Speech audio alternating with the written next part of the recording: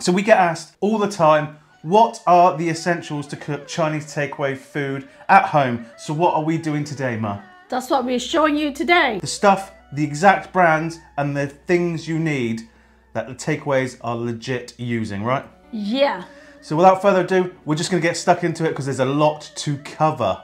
And if you want to learn how to cook Chinese food at home, you need to be subscribed to this page. Make sure you hit the notification button and like the video to help us out. So first off, we're going to start with the most important ingredient. And what is that, Ma? Hashtag MSG. Yes, without a shadow of a doubt.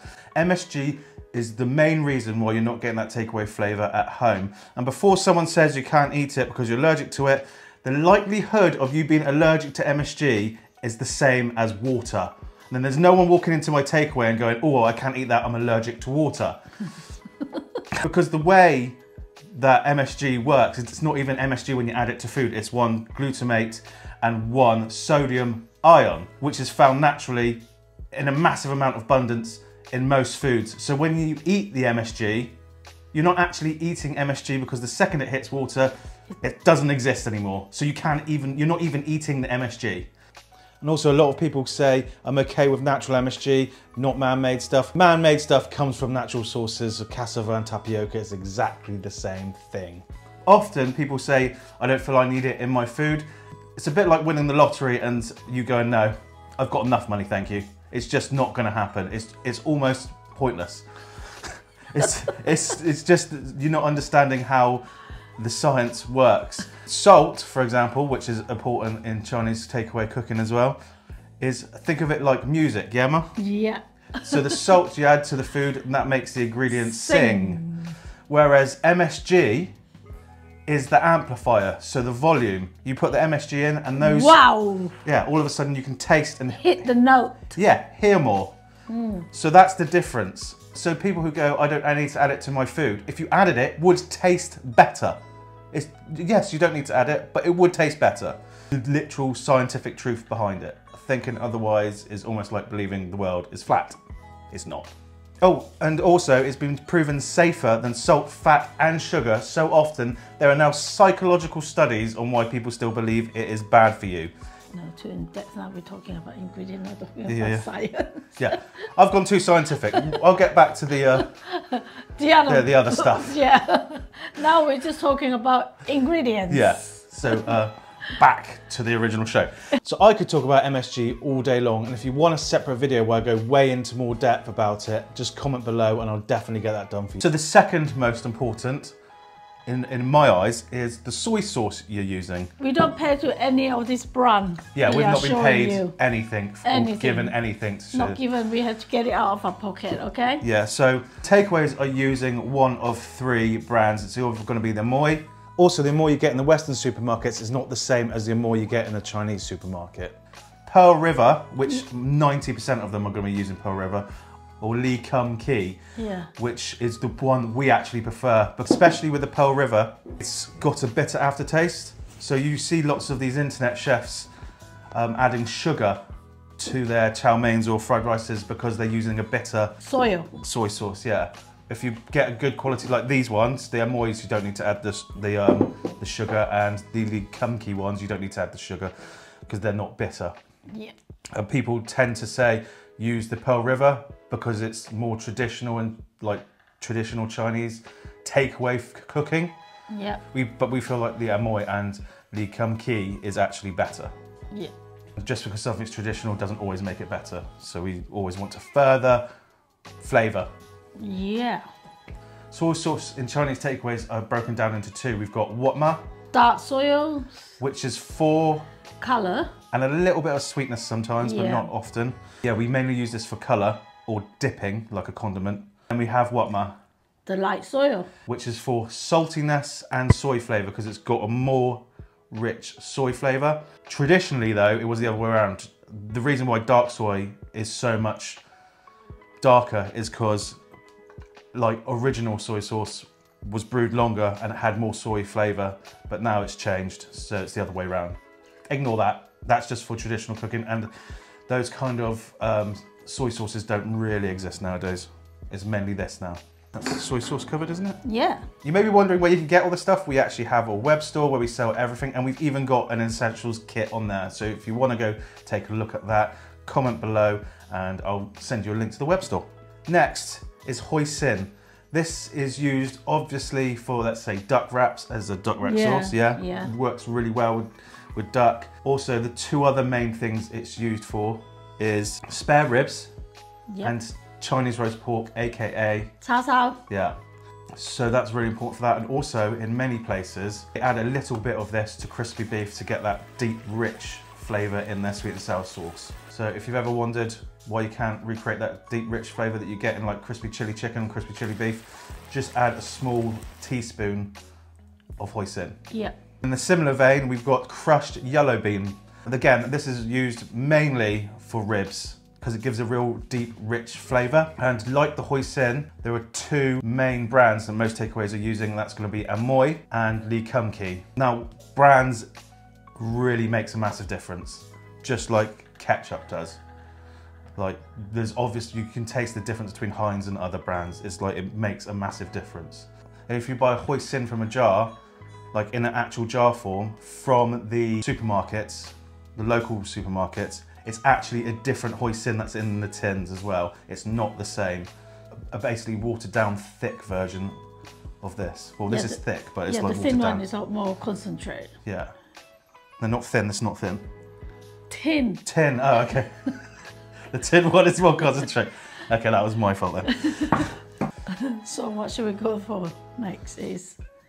Satay, because many of you like satay. The king of all satay sauces is Jimmy's. Now this is mainly only really used for main dish. So the one that's like in sauce that you have with like your chips or your fried rice or your noodles, this is what they're using normally. There is another brand called Yo's. So if you look at your satay as a main dish and it's like a brighter sort of peanutty colour, like yellowy, they're probably using Yo's or Lee Kum Kee. If it's like a dark brown, they're going to be using Jimmy's, which is by far, in our opinion, the best. Better, yes. For skewers, again, not many places are going to be using the Jimmy's for that. They're going to be using Yo's or other brands out there. There's quite a few different powders and brands you can use. Some places are just going to be using what we call Eastern Star curry powder, which is like a Malaysian curry powder, if you can't get hold of this. Some places use a Madras curry powder instead, but good places are going to be using something like this. We have always used Eastern Star just because it's by far the best, in our opinion. Like, our palate, it will be different from your palate, but to us, Eastern Star is the best. By the way, this is the same curry powder that is used to make curry sauce, for example. Again, takeaways around the country will be using different brands, and like some will be using a Madras powder instead of Eastern Star, and also anything Singapore-ified, so Singapore noodles or Singapore chow mein, sorry, or Singapore fried rice. Yeah, that's right. Yeah, makes a massive difference. Eastern Star especially makes a massive difference when you make that. So yeah, that's the yellow color you get on it. 5 spice. This is not used in everything in the Chinese takeout. The amount of times I've seen someone comment on one of our videos going, "Oh, you've just made fried rice. Where's the 5 spice?" It's in the cupboard still, because you're not meant to be adding this to everything. It's mainly used in Chinese roast pork, char siu, or ribs. Yeah, seasoning. Seasoning, yeah. Sometimes in some places it'll be in salt and pepper. Sometimes it's not in there. It just depends. Also, you need to get this from a Chinese supermarket, because the same stuff on the Western supermarkets, they're not the same. It's not the same. And the jars, you know the ones I'm talking about? Yeah. It's a completely different flavour profile. Yeah. Like, that tastes too westernized. Yeah, well, I say westernized, because it's like, you know when you go into a supermarket and you buy a ready meal, you eat it and you go, yeah, it's similar to a Chinese takeaway, but it's not quite right. Same thing. You need to get the right stuff. Rice. Now this is massively important. Or most takeaways are going to be using a long grain, high quality rice. And this is, again, not typically sold in Western supermarkets. So you need to go to your Chinese supermarket and buy it. It's not the same long grain that you get on those shelves, because that's old and it's got like a cardboard flavor. This is newer crop, so it doesn't have that almost school dinner flavor to it. And not easy cooked rice. Yeah, and definitely not easy cooked rice.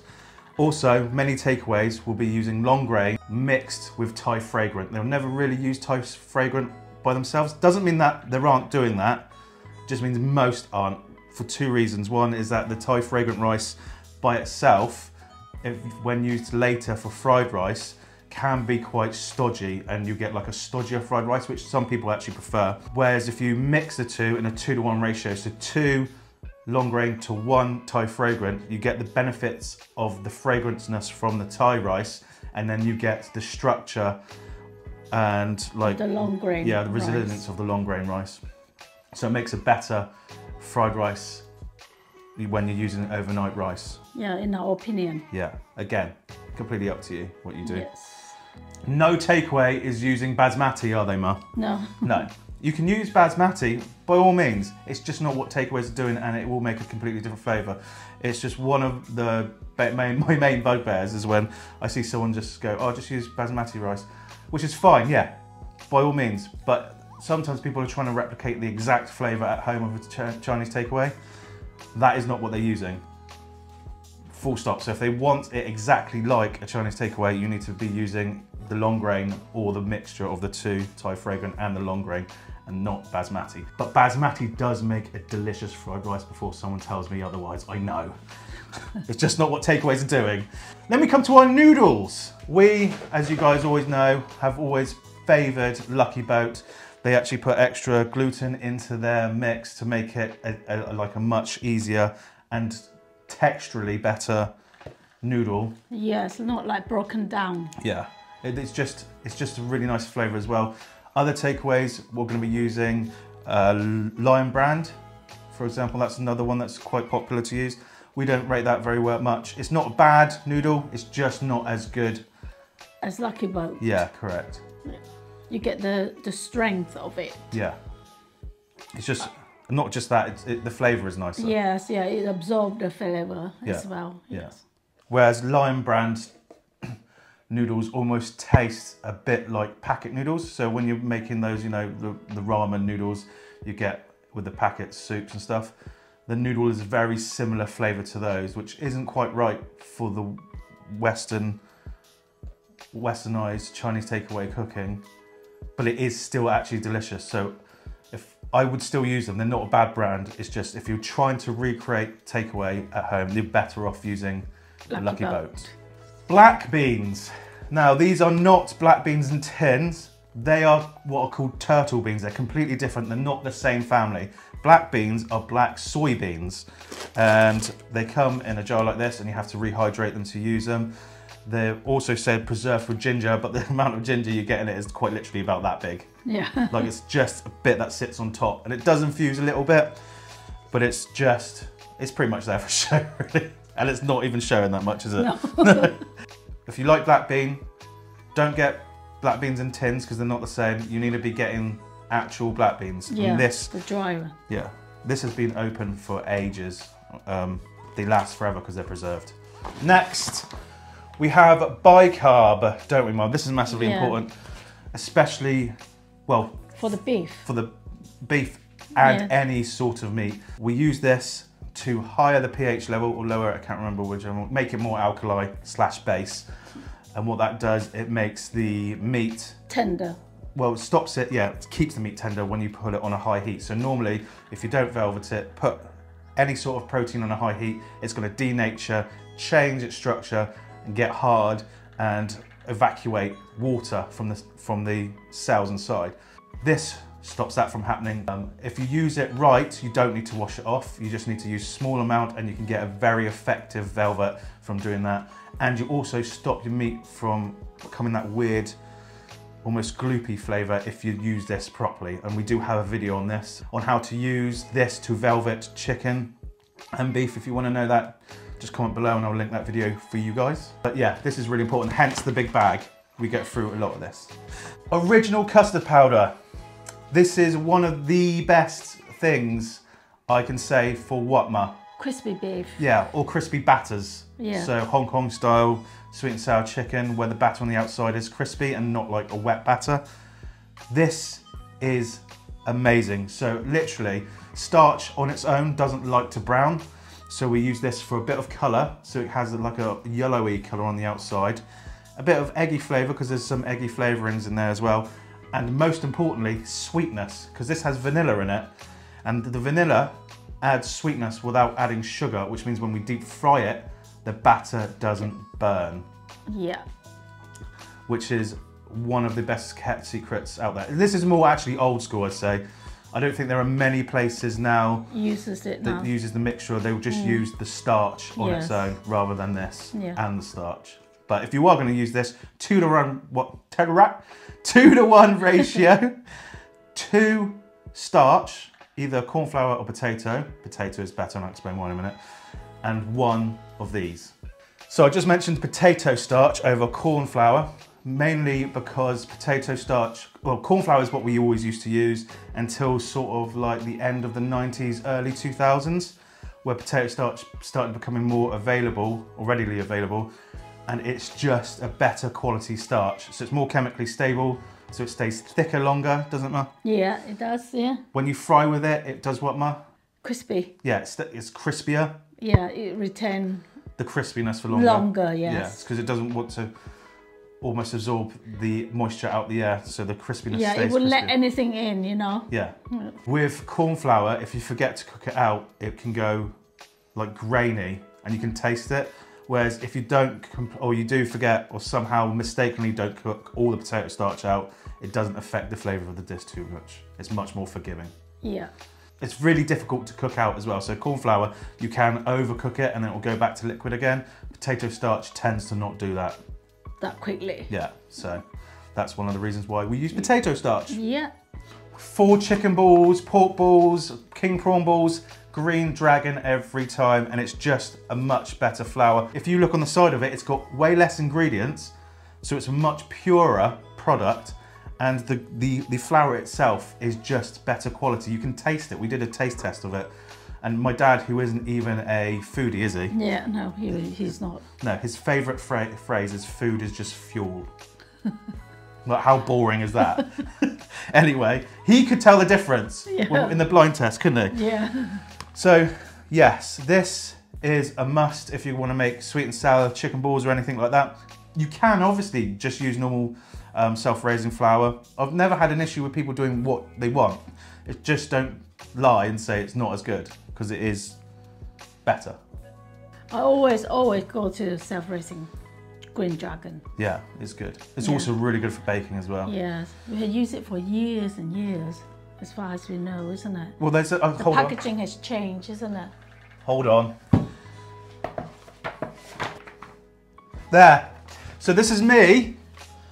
Oh, you can't see it, but this is our first cookbook. It has 120 different recipes in it. If you're serious about cooking Chinese food at home, then you want to get this one. And this is what we call the standard recipes, so the most likely recipes you're going to get. Yeah, that's right. Get the book. Yeah, and our second one, part 2, spelt wrong deliberately, wasn't deliberate, but now it is. Anyway, that's also available. That's got over 140 recipes in, which is completely different from here. So this is like your standard recipes that you'll get. So the dishes you normally get in a Chinese takeaway. So this has those recipes with the rarer dishes like General Tao, aromatic duck is in here as well, orange chicken, Mongolian beef, all in there. But anyway, back to what I was saying. Right in the background there, this is probably 88? No, 86. 86. It's a Green Dragon. Change the packaging, isn't it? Yeah, massively. But that is a Green Dragon packet there. Yeah, it used that's to be in the takeaway I white. grew up in, yeah. So yeah, Green Dragon is good. If you don't want to use it, that's perfectly fine. Actually, the next best flour after this, which is much cheaper, it is much cheaper, which is why I think people argue so much that it's just the same. It's not just the same, but it is much cheaper, and probably the amount extra spent on this isn't worth it for a lot of people, which is absolutely fine. But that's Aldi's own self-raising flour. Haven't been paid to say that, it's just a true story. Lots of takeaways nowadays are using that because it is so much cheaper than this. Yeah? Yeah, that's right. Yeah. No, Lidl's. Lidl's self-raising flour, not Aldi's. Lidl's. Lidl, yeah. Yo's hot bean. Really, really important for like Kung Po, for example. Massively important. Yeah. This one. Lots of places will use like a douban paste instead of the hot bean, but this hot bean is, I'd say, more mellow. Subtle. Yeah. Yeah. The other ones almost have a slight metallic flavour to them, but this is a smoother, earthy flavour. Much nicer in a compo for our palate. Might not be for yours, absolutely fine. But yeah, this is really important for stuff like that. Szechuan dishes as well, like the old school Szechuan dishes, not like actual Szechuan dishes, because remember, Chinese takeaway cooking isn't Chinese, well, traditional Chinese cooking, it is westernized fast food, but like a Szechuan chicken isn't going to have Szechuan peppercorns in it as like it did, as like it should, because it was westernized. Yeah, still make it delicious. Yeah, but they'll be using this with ketchup. And ketchup is massively important in Chinese takeaway cooking because it's used in so much stuff, from sweet and sours to the compos, to the Szechuans, to the chili beef. It's all in that. And honestly, Heinz is the best one. You can use any brand you want, but for us, Heinz makes a massive difference. Yeah, it does, yeah. And then speaking with sweet and sour, white vinegar. Yeah, not did my voice just break? White vinegar. Now, white vinegar, again, is used for any dish that's like sour, needs a sour taste to it. Sweet and sour, for example. Yeah, like pickled vegetables. Yeah, this is used quite a bit. So if you always have, at home as well, we always have this in our cupboard. Yep. It's just ordinary distilled white vinegar. I'm going to go to two things that people think is in every Chinese dish, and it's not. That's oyster sauce. Yeah. Now, Lee Kum Kee did actually invent oyster sauce in I want to say 1888. Quite a long time ago, yes, yeah. And people often use this instead of MSG because there's a lot of naturally occurring MSG in this, but it's not the same, so we will use this as well as MSG. Yes. And people always go, oh, what did the Chinese use before they used MSG? And go, oyster sauce. But this was only around for about 20 years before MSG was invented in 1908. Could be wrong, because I think Ajinomoto, who invented MSG, or who produced MSG from Dr. Aikida, who was Japanese, who isolated it from algae, or seaweed, isolated it from seaweed, not algae. Ajinomoto company was set up to produce the MSG, and that was in 1909. So 30 years before then. Was it 30 years? 1908? 20 years. 20 years, so 20 years. Around that, and then MSG became a thing. Yes. But the flavour of this is delicious. Yes. It just doesn't go in every dish. No. Yeah? No, it doesn't. Because sometimes it what, Mum? What? Conflicts. Yeah. Yeah. Yes. Yeah. Another one. Oh, it's a sesame oil. Yeah, we do not cook with this. It's used as what? Garnishing. Over the top, at the end of the dish. End, yes. Many places in the UK are not using this as much as you think they are. So, don't get me wrong, I know there are some places that will add this to their fried rice, for example. Just not as many as you think. Like, mainly that smoky flavour you're getting from the fried rice comes from the browning off of the MSG and the allowing to... The heat of the wok to char your rice. Not this one. Not this sesame oil. I mean, you can add it if you like the flavour. If you like it, you can add it on, yeah. It's just not as widely used as you think it is in Chinese takeaway cooking. I like it, but I don't put it on every single thing. Yeah, I like it as well. There's a time and a place for this. Yeah. And it's not everything. No.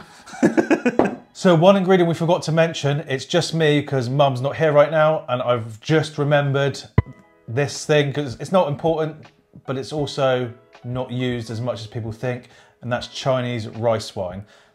I reckon only 50% of takeaways are actually adding it to anything, mainly because it's actually quite expensive. And secondly, a lot of the time, most people can't tell the difference with it in or out. We have always used it, especially in something like chopped soy. A satay as a main dish will often sprinkle some on the top, especially black bean dishes as well. Anything with like a rich, earthy flavour, the Chinese rice wine complements very well. But again, it's a common misconception that every takeaway is using that. They're not. We have colouring? Yeah, red food colouring. Goes without saying. Someone commented once, why do I put the red food colouring in? Why do you think, Ma? To make it colour. Yeah, to make it red. Yeah. If I wanted to make it blue, I wouldn't put red food colouring in, would I? Yeah. So that's the bright red colour you get on the Chinese roast pork and in sweet and sour dishes. It's this. So one thing that me and Mum use quite a bit, which most takeaways aren't actually using, is sand ginger powder. It's not ginger powder, it's completely different, and it's not galangal powder, because people often go, oh, it's just galangal. No, it's from the same family as galangal, but it's galanga. It's got no L on the end. It's a completely different form of ginger. Because in Chinese it's called Ziangs. That's why they translate into English called sand ginger. Yeah, because it grows in the sand. It's almost like a white peppery flavour, and it's used, we use it quite in the place of white pepper for many things, and it really does give like an aromatic flavour with a pepperiness to it. Yeah, yes. So salt and pepper chicken, we use it a lot and stuff like that, and that really does, and you ask anyone who's used it, transform the flavour profile of your dish loads, and people will never, they'll just be like, I don't understand how you've done that. Now you know, sand ginger. Yeah. If you want to know where to get it, comments. Yeah. Obviously some takeaways are going to be using fresh garlic, which they mince up into overnight or aged garlic puree, as we call it. You might be using garlic powder, especially in chassil, making chassil and stuff like that, or as a base coat to a crispy dish. Not many places are going to be doing that, because you have to be careful with this, because if you get any of it on the outside, it's very easy to burn, because garlic burns very easily. If they're doing that, you've probably got yourself a really good Chinese takeaway. Yeah, not many Chinese takeaway uses the No, they're not brave enough powder, to use the garlic powder in that sort of sense. Then you have garlic granules. These aren't the same ones in your Western supermarkets, are they, Ma? No. Those ones are much smaller. Our ones that we use are much bigger, and you need to rehydrate them. Yes, otherwise it's like chewing on rocks. Well, not say rock, chewing like a plank of wood. What? Okay. No, it's it's a not plank like of wood. No, it's not flakes of wood. Yeah, dry out bark, something like that. Bark, I think was better. Yeah. Thin one, not a thick one. Yeah. They're just tough and hard. Yeah. I still stand by my gravel. Those are also. Can you imagine chewing a plank of wood? I got the word mixed up anyway. Yeah. So yeah, important. If your takeaway is using the rehydrated garlic granules, that is, they're not going to be using the fresh garlic, or I should say fresh, but the aged garlic puree, and they will just be exclusively using the rehydrated garlic granules. Yeah, I think nowadays less and less using that fresh puree now, isn't it? It doesn't keep, so if you're not busy, you've got to get rid of it in 2 days. So now we'll get on to some spices. So there's 3 main spices that Chinese takeaway. The reason we're laughing is that we've just done this bit lots.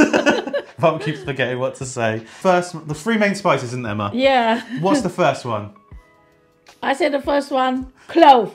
Okay, that's not the order. No, we'll go with cloves. We'll just go with cloves. Cloves are first. Really, really important for Chinese roast pork, especially ribs. You want a really good clovey flavour in there. It's really good for, as well, aromatic duck. So cloves, massively important. But don't overuse them, because they are punchy. Now, Ma. Star anise. Star anise, yes. This is that classic Chinese tassel flavour, really. The main flavour comes from star anise. Again, you don't want to overuse it, because if you overuse the star anise, it's bitter. Yeah, it doesn't taste good. No, you can get round that. So if you actually use too much star anise, you try your food and you think it's slightly too bitter, add some sugar, and it normally takes that bit of edge away. And then the third, Ma, is cinnamon. Cinnamon or cassia bark. So we don't tend to actually use actual cinnamon because it's too punchy. Cassia bark is it's a cinnamon family, but it's more of a citrusy aromatic flavour rather than a really punchy cinnamon flavour. So those are the spices, the main spices we use and why we use them. And I think that's about it for today. Yeah. I think we've covered everything. If we've missed something, just comment below and we will try and get that covered for you. Yes. I really enjoyed this today. Do you? Yeah. See, I'm in a massive amount of pain. Oh yeah. Gout. Oh. So standing here is quite difficult. Is why we're not cooking as well. Yeah. Because that means running about the kitchen. So yeah, there we go. Yes. Hopefully you enjoyed this. We definitely enjoy it and hope you do the same as well. Yeah. And yeah, we'll see you again. Remember to check out our web store. We sell pretty much all these products on there. Yes. And you help the free content by doing so as well. Yeah, and thank you very much. Happy cooking, happy eating. That's it, take care. Wait, no, you did your line. You just did that, didn't you? Yeah. Okay, yeah. So bye. Take care, guys.